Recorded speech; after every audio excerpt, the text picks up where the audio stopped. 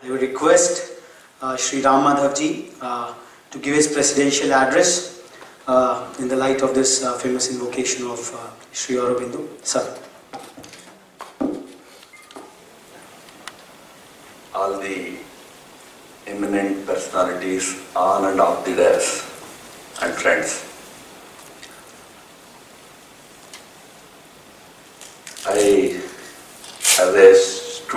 As a student of engineering in 80s, I happened to read the book of Dale Carnegie, How to Win Friends.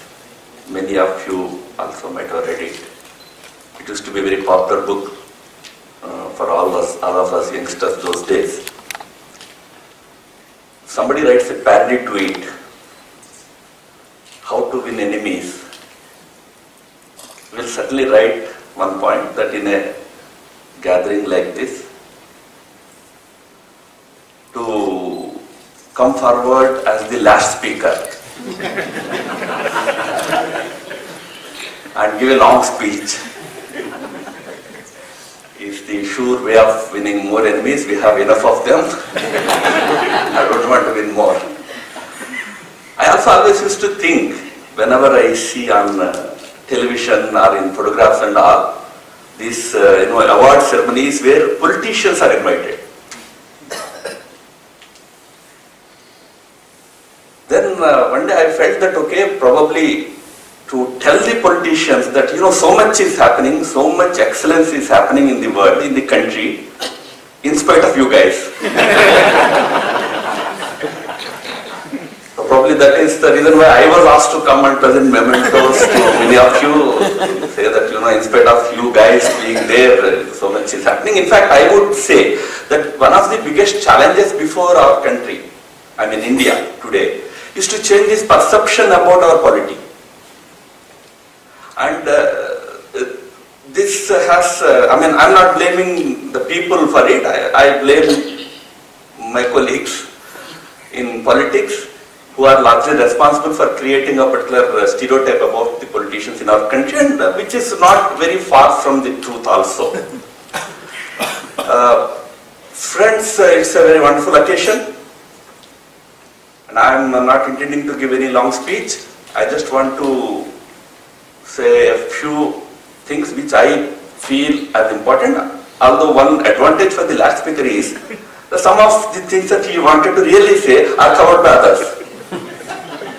I am not saying it for the sake of saying, it's true. For example, Sankrant's thing, I wanted to stress upon that. He stole that point from me.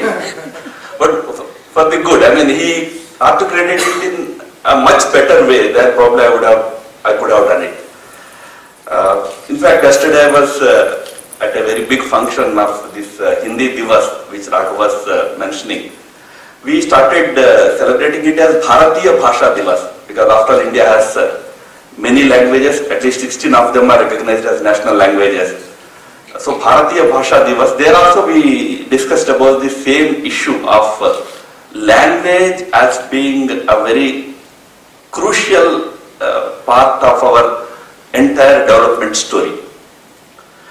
For us, talking of this whole development growth story of India, it has happened in spite of governments, not because of them.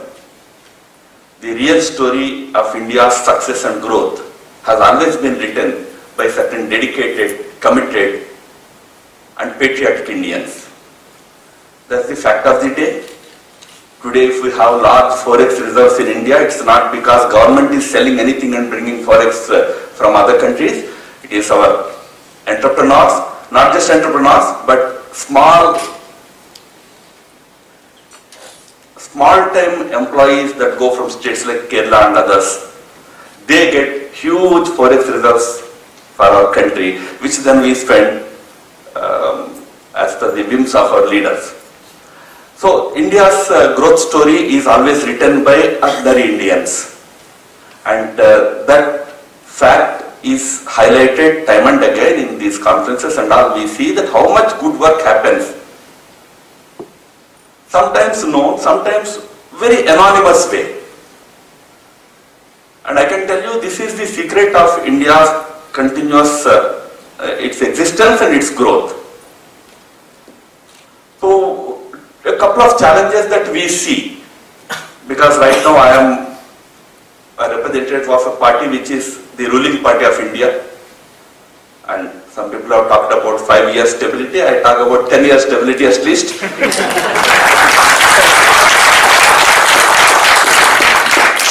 We are committed to addressing some of the major challenges.